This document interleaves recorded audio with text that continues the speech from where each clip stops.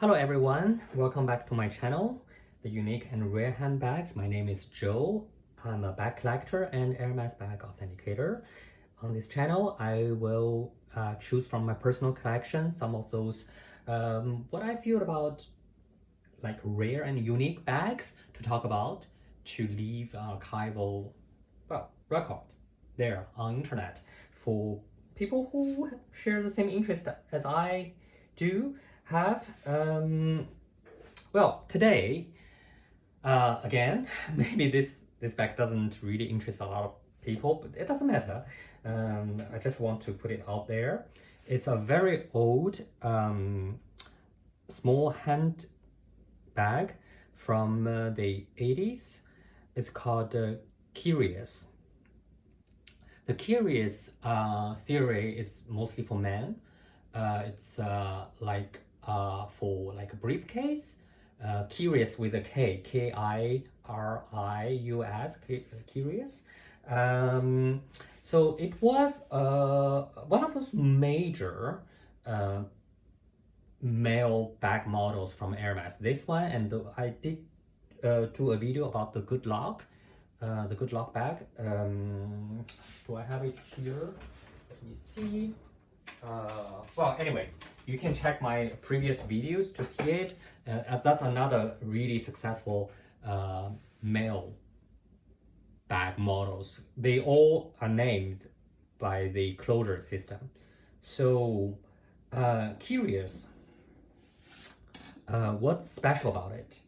I think for us, the most special thing about Kirius is the. First, I will give you a quick rundown about this bag. It's very easy. It's very simple. It's a clutch on the back. There's nothing. It's in box. It's in Bordeaux color, the Bordeaux color, and then it has a small decorational piece here, as you can see here, and the lock. On the lock, it says Hermes Paris, as you can see. And then inside it opens like this,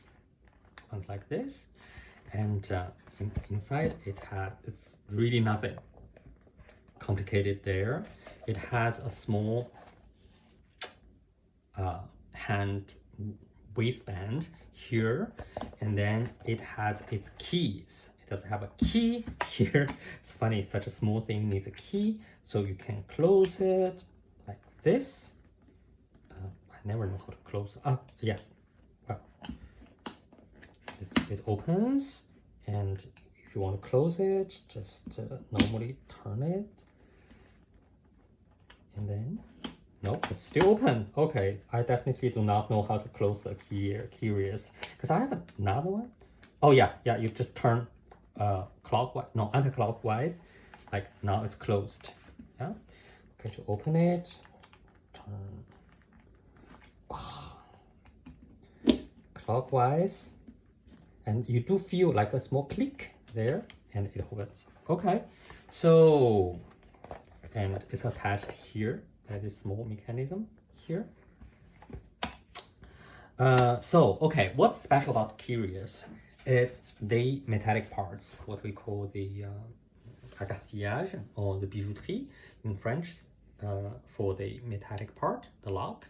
So as you can see now, it's actually Kirius. It's like almost like silver colored, black and silver colored, with like gold pieces here. This is almost impossible for Hermes, because we do know that Hermes doesn't really mix up the metallic parts colors.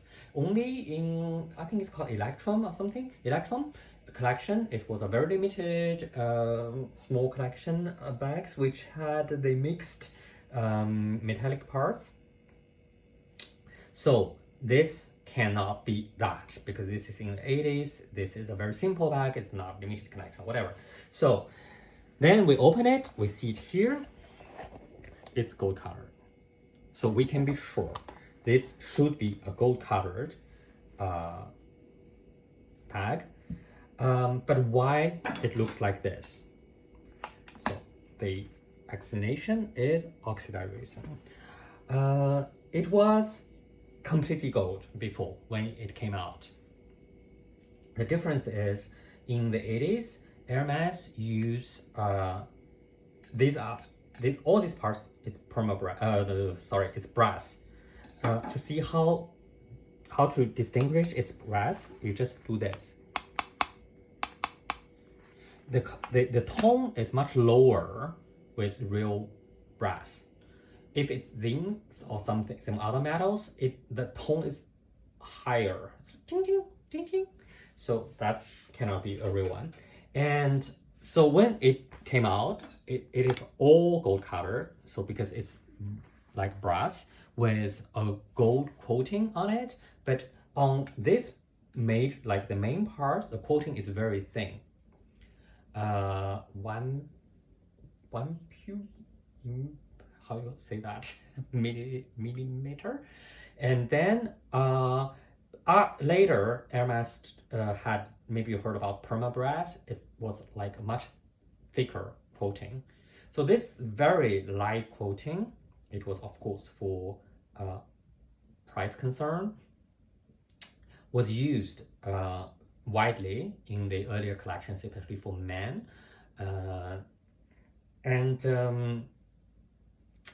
But we see that the studs, they are still gold, as you can see. That's because all these small studs, decorational ones, they are with thicker coating. So this feature is very typical for Kirius or earlier bags from Hermes.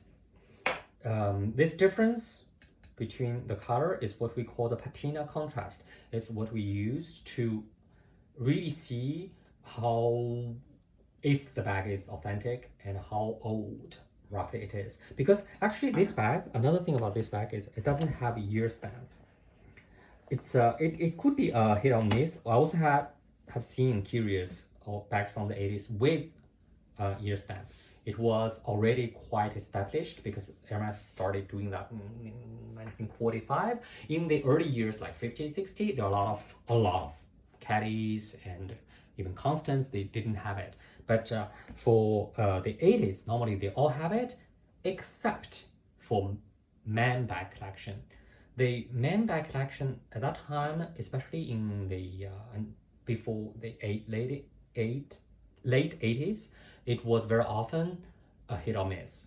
Very often they don't have, especially smaller leather pieces, wallets, they don't have year stamp. So that's why we have to use other ways to authenticate them. So as you can see, after like 40 years, the bag is in really great condition. You can see the shine of the box leather. This is what drives a lot of people crazy about, crazy in a good way, about box leather. It develops this patina, which is really unique, and something to, well, maybe to the dislike of a lot of people. As you can see, all the stitches, they are right up, left down, right up, left down, right up, left down, right up, left down.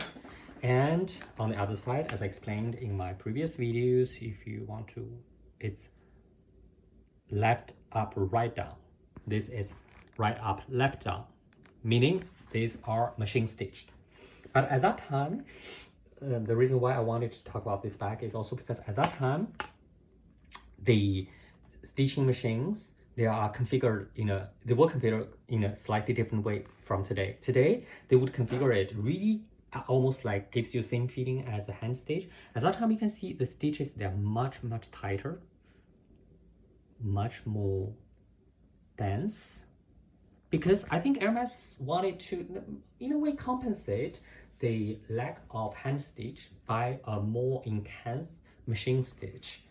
And especially when you look at the bag, it's almost like almost all together stitches. These are very little tight stitches. So this is something very typical in those years about Hermes. So they of course had their heritage bag making, but it doesn't mean that they didn't evolve like along the years, right? Another thing, oh, interesting. Oh, you can see that the threads here are getting loosened up a little bit, but they're not like broken or whatever. So when this happens, what you can do is take a lighter and just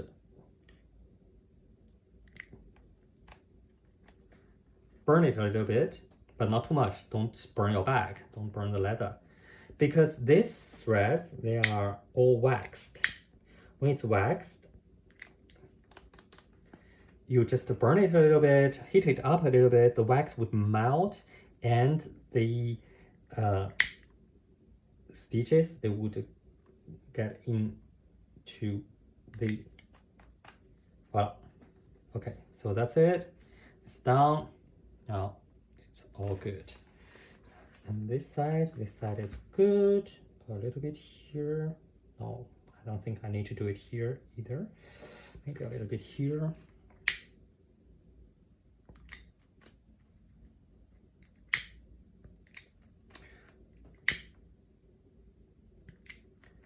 Well, okay, so yeah, I did some small maintenance on my back in front of the camera. That's great. Okay, so thank you very much for staying with me, and see you next time.